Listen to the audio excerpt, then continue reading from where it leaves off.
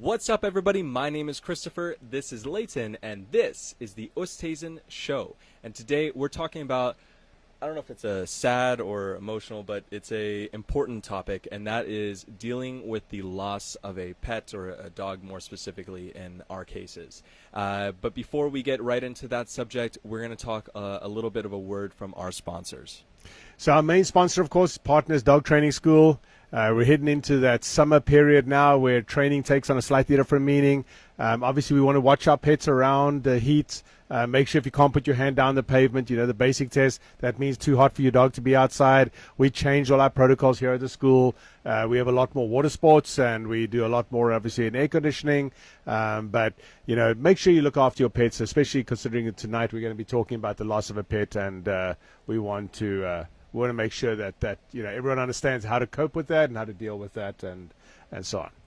Yep, and then will you get the watch party up on there? So the other thing is, if you aren't in Arizona and aren't able to access basically our expertise and come to us here at the school personally, then another option for you is HeyLudwig on Facebook Messenger, and that's basically where you tell him about your dog, and he uses those behavioral traits to create personalized curriculums for you and your dog.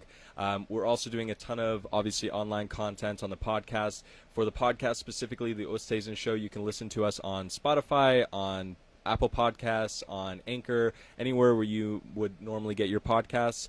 You can also find us on a website at heyludwig.com/the Oosthuisen Show. We have a bunch of links here in the description as well.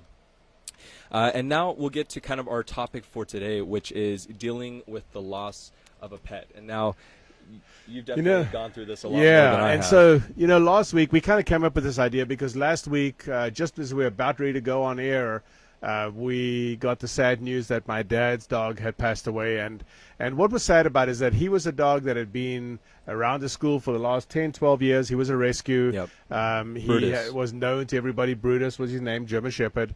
And everybody that came through to our office area by offices or at the back of the property. And Brutus would obviously be laying outside.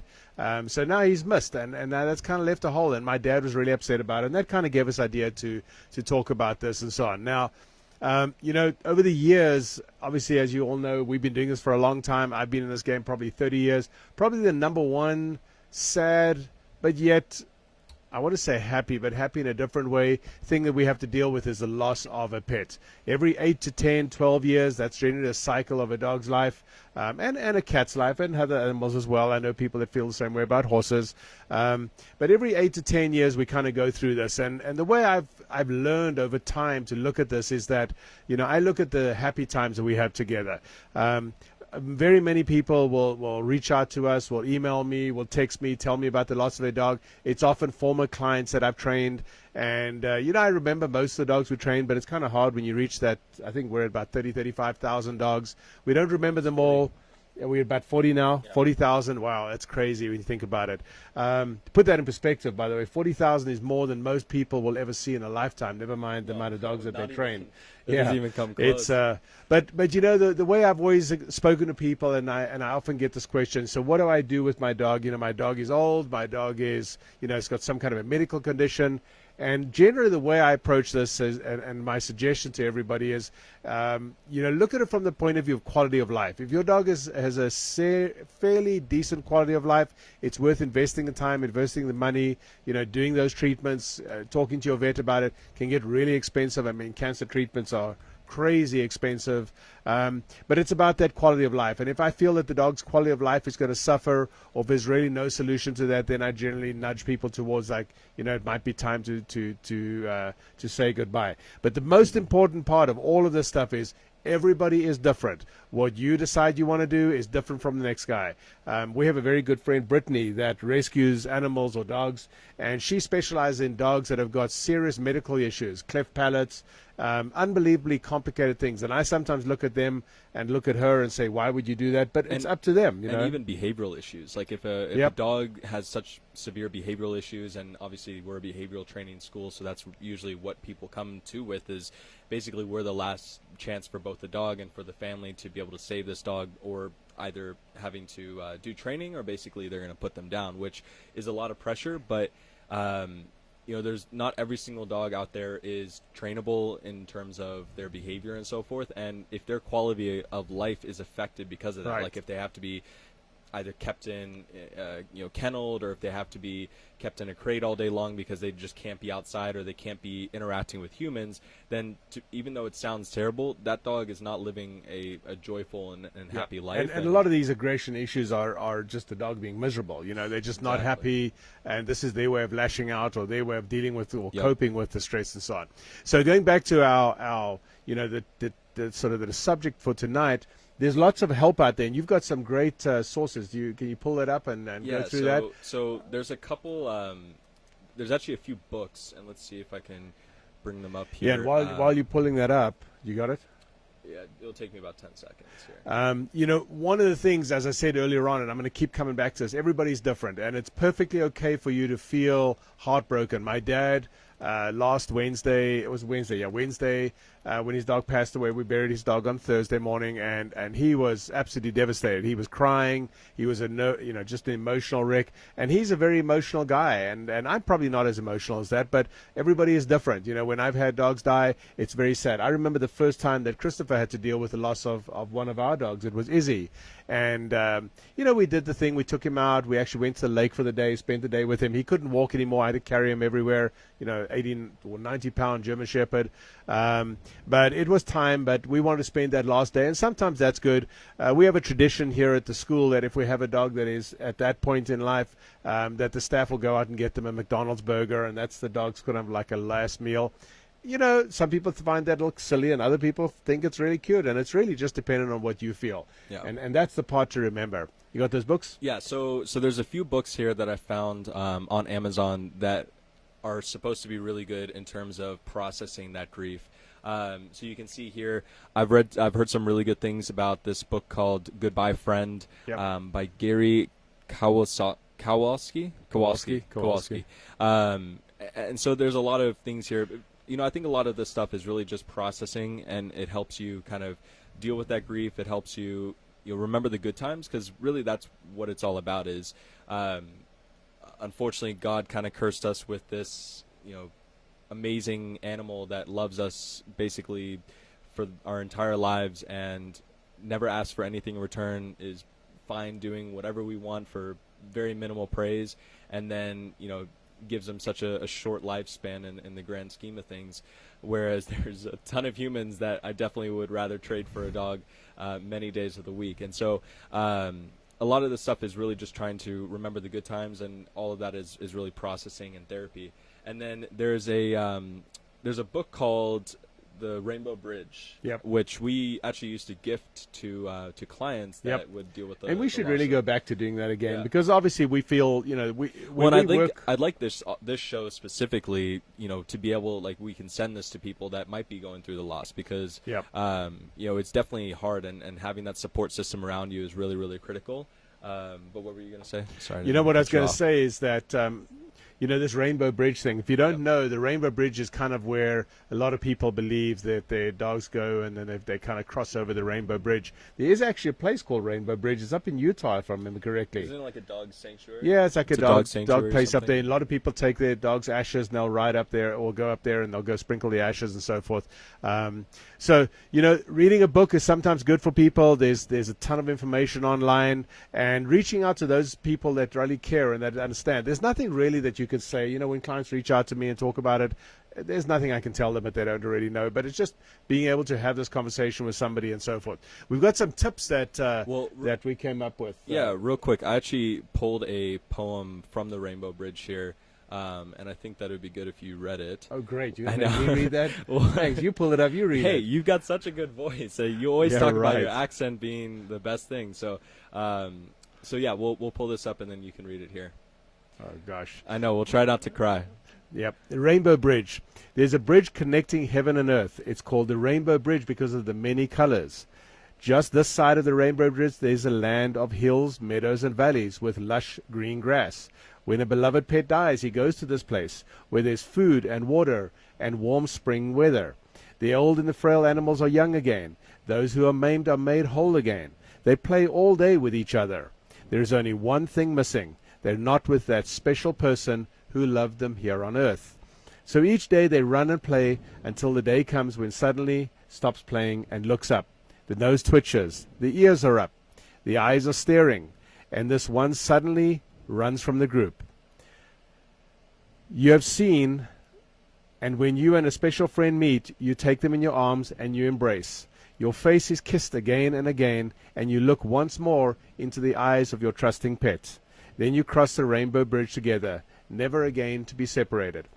Yeah, that's kind of tough reading that. I've actually seen that before, and that's probably the first time I've had to read it out loud. But, again, and I keep coming back to this thing, one of the things that's really hard is it kind of leaves a hole in you.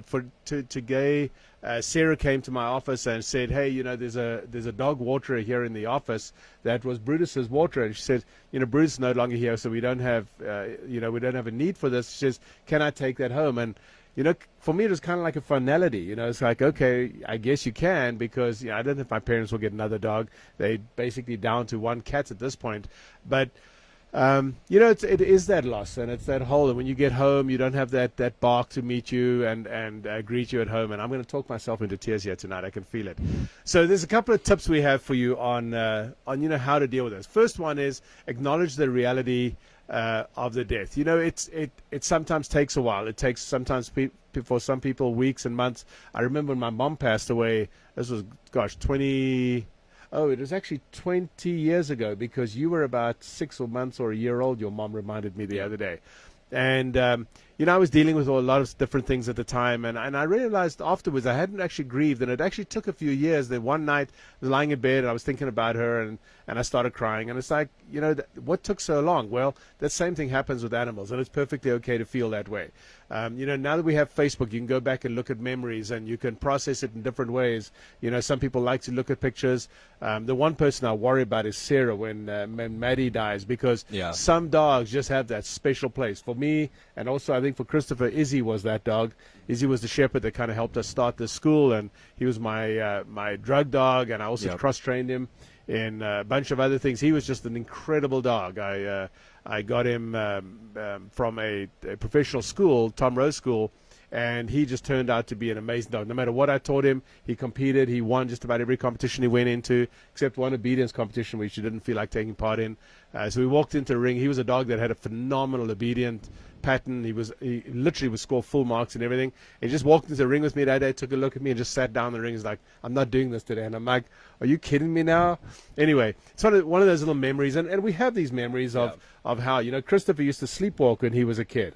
And we would wake up at night and find Christopher lying on the floor in the lounge, or he'd be lying at the doorway, because he knew if he came into my room, then probably I'd yell at him and tell him to go back to bed. So he would lie at the doorway. And my German Shepherd, Izzy, would always walk with him and lay down next to him wherever he was in the house. So whenever I wanted, if Christopher wasn't in his room, I could find him really easy just by calling my dog, and then the dog would come from wherever. And so that's a memory that I always will have.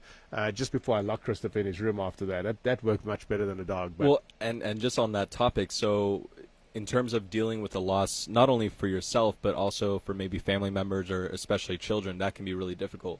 And I think the important thing is, no matter what age your child is, to really just be honest and truthful, because we were having a conversation the other day about my sister, his daughter, Alessandra, and when her first dog died, Gigi, which was a little Pekingese, little white fluffy thing that probably the dumbest thing in the two brain cells in its head, but couldn't rub two brain cells together. But honestly, the best dog was just super.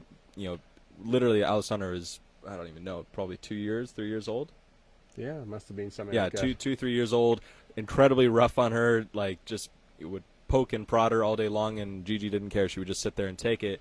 And obviously we live in the desert, and part of that includes being in a coyote filled environment. And one day Gigi got out and didn't come home at night, and then the next day we went looking and unfortunately had found her, and she had been taken and so forth by coyotes. But during that point of time, you want to tell the story from your perspective in terms of that morning?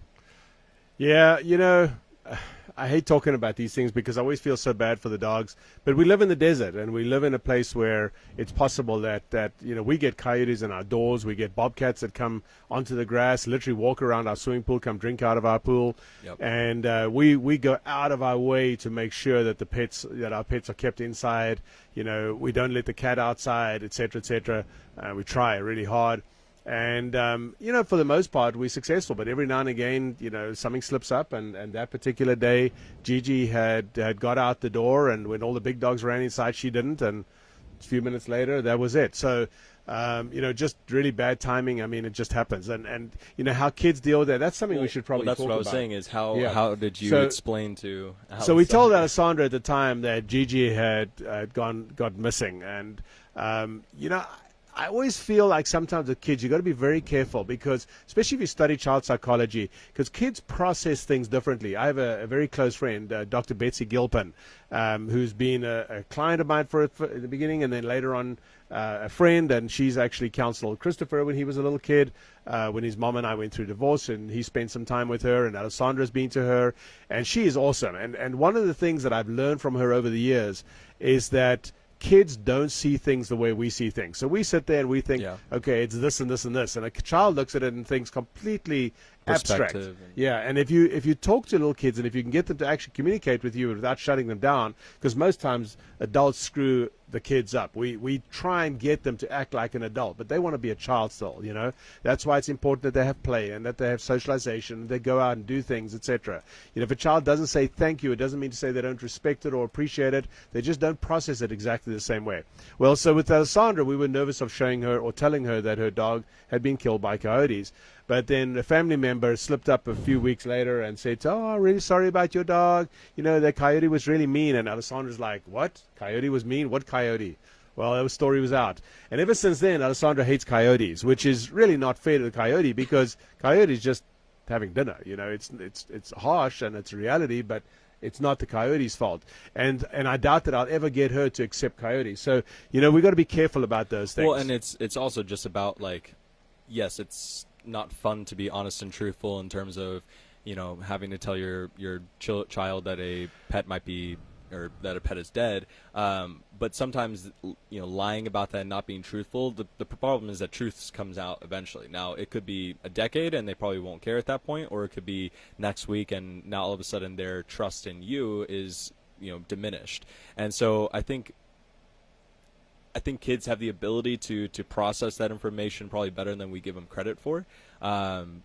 But yeah, I think it's going to really depend on your child, and obviously you're going to know them best. But I usually try to lean towards honesty as being the best policy, and that at the worst case sets them up for an example of being honest. Well, partial honesty is probably a good way to put it. So you don't have to tell them the whole truth. You don't have to say coyote tore the dog apart, but it's when you go showing pictures. I actually took a photograph of it that day, and she's asked me a few times since then, can she see the photograph? And I've so far said no. And on that subject as well, that's another thing with my dad's dog the other day. Alessandra also said, could she see the body? And I was like, no, I don't think that's really appropriate. I want to remember the good side, remember him when he was loving and beautiful, and not when he's kind of been dead for a few hours. And honestly, that kind of goes into the loss of family members too. I've same thing. I don't think when Pat got cancer, I don't think I ever saw him in the hospital. Wow. But I definitely saw. So my grandfather, when he died of cancer, probably 8 years ago now, 8 years ago.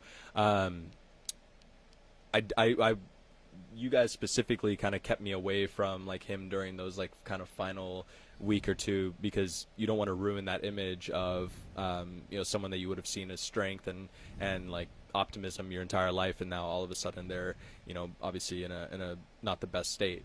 And so I think those types of images is kind of important. So yeah.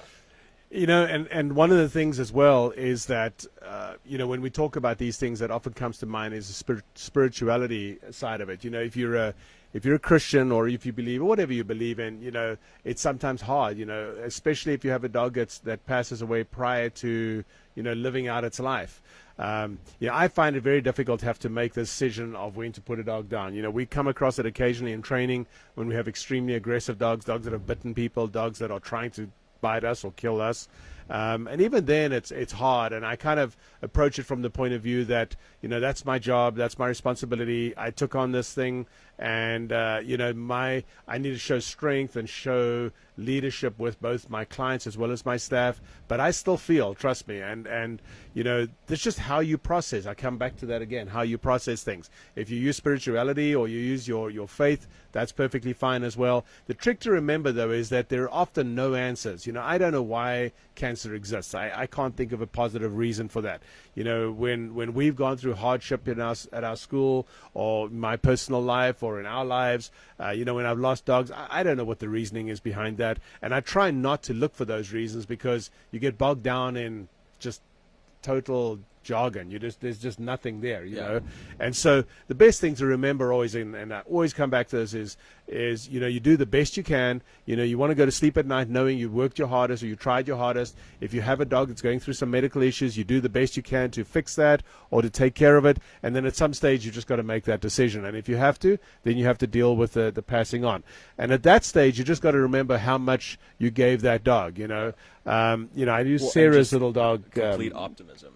Yeah, Sarah's little dog, Mika. Mika is just a nervous wreck. That dog will never, ever be a confident, outgoing dog. If you just look at it, it's scared. But that dog has a wonderful life with Sarah, because she kind of coaxes it along. She carries it around everywhere in a sling, literally. I'm not kidding.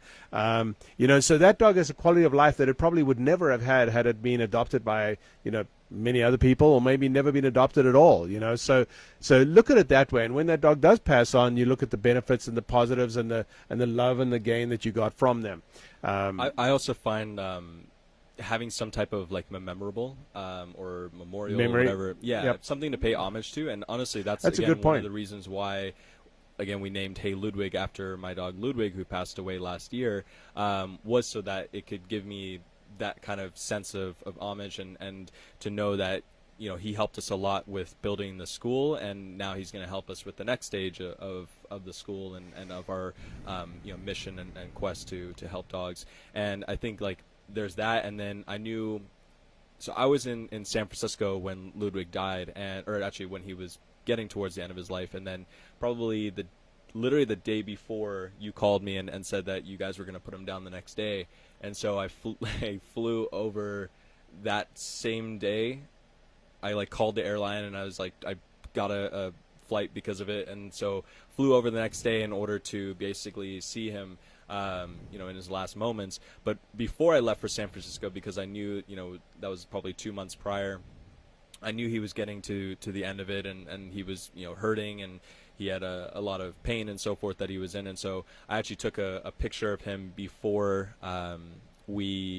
before I left for San Francisco, and now that's hanging up in my room as, again, it's another memorable, another homage. And every time I walk past it, I can remember the happy times and the times that he was kind of there protecting me every night, and now he still kind of is in his own way. And that's actually one of the pictures that we used as the logo for HeyLudwig.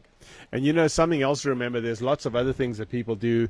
Paw prints, you get a little cast where you can literally have your dogs what's that? Oh, I was saying hair, pulling up.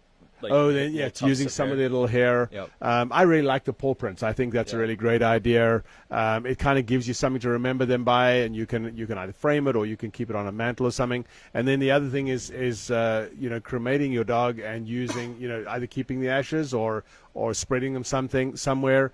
There's a really great place here in town. And Jen, do me a favor. Jen is online. What's the name of that place where we? Jenny recommend to people? No. Anyway, we'll think about it. We'll put it on our Facebook page afterwards. I just can't remember their name right now. But we've dealt with them quite a few times. We've sent clients there. We've gone there with some of our dogs, and that really works well. The other thing I wanted to mention as well, if you have a dog that is at that time that you feel that you have to make that decision, and like I was saying earlier on, it's a tough decision. I've been doing this for a very long time, and I've been around more dogs, in that situation than I care to remember. But also talk to your vet and find out if your vet will come out and do a euthanasia at your home or in the garden or at a park or some place that you feel comfortable doing that. Some vets will do that. You've just got to look around for them. If you want, contact us at the school, call the office, and we'll help you out with that. PALS, that's what the place is called. It's called PALS, PALS. and they do that. They'll come pick up the the remains of your dog, and then they will take care of the cremation, and then they'll send you a little urn afterwards with the ashes of your pet, and that's kind of a neat thing. We generally do that with dogs, Yeah. and Memorials, so I forth. think, are really, really powerful. Yep. And then, honestly, just the best thing I think you can do is just love on your dog as much as you can, because all of our time is limited here on Time Earth, is limited. and You we never all know. you never know, and both for your family members that are human as well as the furry ones, just love on them as much as you can, spend as much time as you can with them, and make sure that that they know that obviously they're important parts in your lives, because we all have a seriously limited are amount going of to get days. me crying here tonight. I know. It's It's like you work a on tough it, boy. subject. It's been a long day. Anyway, I think that's basically it. We just felt one quick thing. I know that there's a lot of people that their first instinct is like, okay, well, now I got to go get another dog. I'm a little bit hesitant in like saying that, because I think that if you don't, again, give yourself time to process, then what inevitably what happens is that space really isn't filled truly. And sometimes I've seen like a little bit more neglect coming to that next dog, who, again, all that they want to do is love you with all of their hearts, and because you haven't gone through that grief stage yet, you can't really give that love back in terms of what they deserve. So I think it's important to take that time, and give yourself time to process and get through those things before you go out and get another dog right away, so that you can give the next dog that you get, or maybe next pet or next animal or whatever it may be, all the care and so forth that they deserve. And something just on that subject, I know we were going to wrap up here, but I wanted to mention Brian Golmer had a great point that he made here that he commented on. He said the worst is the other dogs searching around wondering where their friend went. Remember that other animals grieve as well, especially if they spend a lot of time together. Yeah, that's interesting. Have you ever actually brought another, a sibling to the dog's burial? I need to think about that. We've had other dogs there, but animals don't process it quite the same way. Actually, especially if it's a euthanasia or something like that, I don't think we encourage. Trying to think if I've ever done it. I know we had one where there were two dogs present, but for the most part, we prefer to just do it one at a time. I, for instance, don't like to do euthanasia at a veterinary office. But even it's very if it's clinical, after the euthanasia, if you're going to bury the dog at that point. So that's interesting, because we're last week when we had Brutus, and he had obviously died, and we kept him overnight because we weren't sure, we were going to bury him in the next morning with my parents and so forth. And my other dogs came around him and showed no interest in him whatsoever. And the interesting part about that is my one dog, Crush, my Dutch Shepherd, did not like Brutus at all. They did not get along. And so it's interesting to see when the two of them passed each other. I mean, when, obviously Brutus was lying there and Crush walked past, showed no emotion at all, didn't even show any interest, didn't sniff, nothing. But what I was talking about earlier on, of course, is the side where, where the one dog feels that loss, where they don't have their companion, they don't have their buddy, etc. So take that into account. Spend a little extra time with the dog that has been left behind, or with a cat or the other animal. Jen posted her first loss was a goldfish. She cried for 2 days. That's perfectly fine. Goldfish, animals are animals. And I've never really felt an attachment to dogs the same way, but I certainly have towards cats. For those of you who don't know, I'm actually a cat person as well, even though I'm allergic to cats. So anyway, I think it was really nice chatting about this tonight. If you guys got any comments on this, or if Luella just posted a happy endings. That's the other one. That's also a service that will come to your home. They're very nice. I didn't even think about them. Great ideas, Luella. And that's what I was just talking about. Brian Goldman posted there. I've heard recommendations to let other dogs see the dog that has passed, so that they can figure out he's gone, rather than just wondering why he isn't there anymore. And that's what I was wondering, if that would actually help that process. Interesting. I feel like it would. And I've seen dogs that have their owners pass away, and the dogs definitely feel that loss. Yeah, we didn't talk about that. We'll probably talk about that another evening, because I got some crazy stories to tell you about people that have passed away and their dogs were still in the house, or dog was still in the house. It's a. Is that because dogs are legally possession? So if you have a will, what is it? Do you put a guardian over that dog? Sure. A lot of people don't, but there are some people that actually set up trusts. I actually know somebody who set up a huge trust, multi-million-dollar trust for her pets, and somebody has to take care of them. And then I have another client that has actually named me in the will and left a trust for her pets. There were 2, but I think she's only got 1 now. And it's my responsibility to make sure that they either find a home or that we take the dog in or whatever at the time. So that's not uncommon to do that. And it's actually a good idea. Put that in your will, what you want to happen should you pass away. What should happen to your pet? Should it go to a family? Should it go to a friend? There's way too many people that just leave that up to nothing, and it's probably something you definitely want to what would address. the government do? Would they just put it in like a shelter? They don't do anything. I would imagine they call animal control. Animal control comes and Yeah. picks up the dog, but don't leave it to them. Let Right. let a family member handle it. Put that in your paperwork. I'm assuming by now everybody has a will. You absolutely do not want to pass away without a will. That's just insane. It just leaves everybody behind with a mess to deal with, and it's hard enough losing you without having to deal with that mess as well. We had a bunch of people join us late in this conversation. Magnus, Chris, Rhonda, Barry, Rick Lake, Brandy Billington is there. Brandy Billington is a big Doberman person. If you guys are ever looking for a Dobie, she runs the Dobie Rescue. Haven't seen her for a while. But again, thanks for joining us, guys. We really appreciate having you here. If you did miss the broadcast, go back and watch it. We're a little late getting started, but we have a new system. We finally got up and running tonight, and it looks like it's running a lot smoother. Yeah, so we should be good. And if you are watching this in the future and you might have just gone through the loss of a dog, then feel free to reach out to us if you need some comfort or need some support system, and just know that it does get easier, and obviously just try to remember the happy times, stay positive, stay optimistic, and remember the good give your times. love. Yeah, remember the good times. Yep. All right. Thank you very much, guys, and we'll see you next Wednesday. And next Wednesday, I actually want to cover frequently asked questions that we get here at the school for everything from boarding your dog to some of the craziest questions that we've actually received. So stay tuned, and we'll see you guys back here next Wednesday at 6 p.m. Mountain Standard Time for that episode.